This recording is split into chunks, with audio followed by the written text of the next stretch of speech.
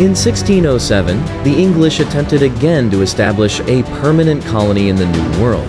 Led by the London Company, the settlement aimed to establish a colony in Virginia and selected a marshy region on the James River, which they christened Jamestown. The colony did well initially, quickly constructing living and meeting space, as well as a palisade fort. Relations with the local Powhatan tribes began with hostilities, but gradually cooled over time as the settlers and native peoples of the region learned to cohabitate. The Powhatan offered food and friendship to the colonists, who took the opportunity to search the surrounding region for gold and other precious metals.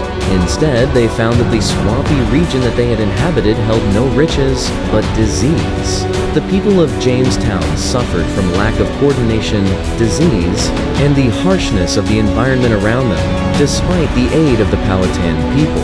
It was only when Captain John Smith took command of the colony and in near dictatorial fashion reorganized their efforts to establish trade with the natives and plant crops of their own in and around the colony. Smith returned home to England not long after his term as leader of the colony, but he had established a path for the colonists to follow that allowed Jamestown to endure difficult years of famine and struggle. Jamestown survived, and by the mid-17th century was thriving as more settlements began to grow around her. Jamestown has the distinction of being the first English settlement to survive in the New World.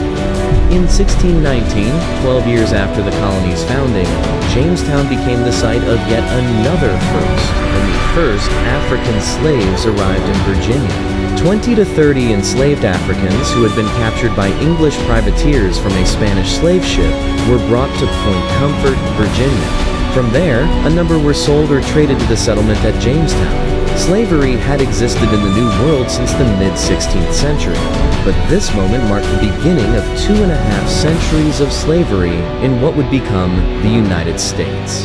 The English continued their colonial settlement in 1620 with the establishing of the Puritan colony at Plymouth, Massachusetts. Unlike the financially motivated London Company at Jamestown, the Puritan colonists at Plymouth, known as Pilgrims, had come to America in search of religious freedom. They voyaged across the Atlantic in the Mayflower, suffering months of terrible weather at sea. When they arrived in the New World, they first landed near what would become known as Provincetown. There, the colonists, concerned over their rights to the land and their legal right to establish a colony, drafted and signed the Mayflower Compact, establishing their right to self-govern, while still holding allegiance to the English crown.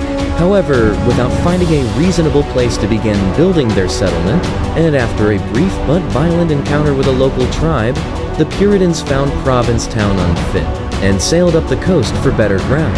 At last, they decided on Plymouth Harbor, building upon an abandoned Patuxet settlement as a base for their new home. Settled between two hills on which the colonists built 2 forts, the colony at Plymouth initially struggled through a difficult winter, living aboard the Mayflower and building their settlement by day. In March 1621, they made first contact with the Wampanoag. The Wampanoag chief, Massasoit, was hesitant to trust the Pilgrims. Also uncertain of the Puritans was Squanto, a Patuxet native who had been taken in by the Wampanoag. Squanto, or Tisquantum, spoke English and had spent time in Europe after he'd been kidnapped by an English explorer in 1614. He had returned to America with another explorer, whose party was ambushed and massacred by Massasoit and his tribe. Working as an interpreter, Squanto helped the Puritans and the Wampanoag reach an agreement of non-aggression.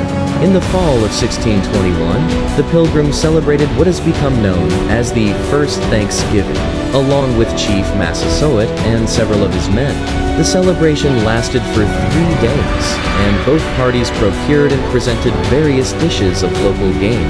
Like Jamestown, Plymouth was well run, and its early success was built upon by enterprising companies and individuals in England. More and more companies began crossing the Atlantic and established new settlements. Throughout the 17th century, the English began spreading as more colonies were formed and amalgamated with their fellow English neighbors. The Massachusetts Bay Colony, for example, would absorb the Plymouth Colony, and others as it grew in size. As these settlements became more established, trade opened with Europe, and goods, money, and more colonists poured into the New World. Not to be outdone, other European powers attempted to create their own permanent settlements as they grabbed more and more of the coastal region for themselves.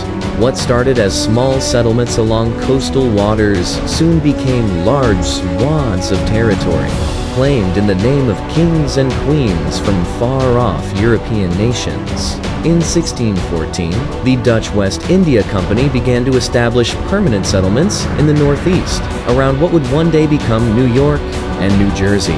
Small settlements and fur trading outposts on Governor's Island and along the Hudson and East Rivers marked what was called New Netherlands. In 1624, fearing military incursions from other European powers, they purchased the island of Manhattan from the Munsee Lenape tribe for $24 and constructed Fort Amsterdam at the southern tip of the island. The settlement, which grew within and alongside the fort, was called New Amsterdam.